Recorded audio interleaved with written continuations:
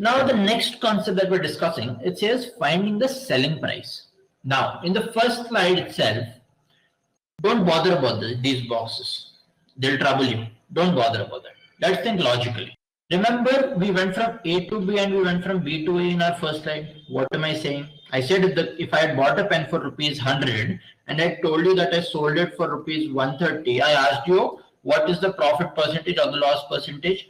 This was from A to B. Or I told you I bought a pen for ₹100 and I wanted to sell it at a profit of 30%. What would the selling price be? Yes or no? We discussed this.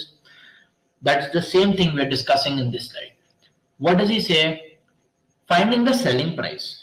When the cost price is given and the profit or the gain percentage or the loss percentage are given, how do we calculate selling price? Simple. He's saying I'm giving you the cost price, for example 100, and I'm saying that the loss percentage is 20%. He's asking you to calculate the selling price. Simple as that. So what did we do? Guys, over here, let's see how we can start saving time. Because we've got a very good hold of the concept, let's see how we can save time.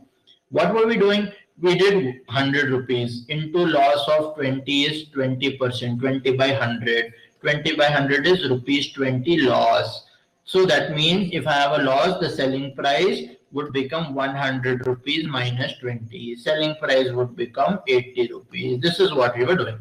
Now let's see how we can skip this and get an answer directly.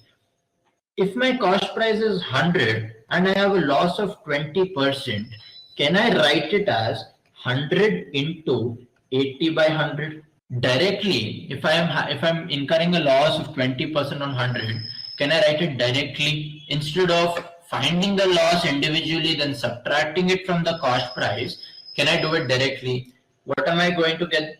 If I do this, I'm going to get the selling price directly. The selling price is going to come as 80. That is what this formula is telling us. If I am taking the case of loss, he says selling price is 100 minus 20 by 100 into cost price, which is 100 itself. So these two get cancelled, the selling price turns out to be 80. So don't focus so much on the formulae that are given on the left hand side. Understand the logic. Think how you can skip one step. There is nothing wrong in doing an additional step where you first calculate loss, then you subtract it from the cost price to arrive at the selling price. Absolutely fine, not a problem.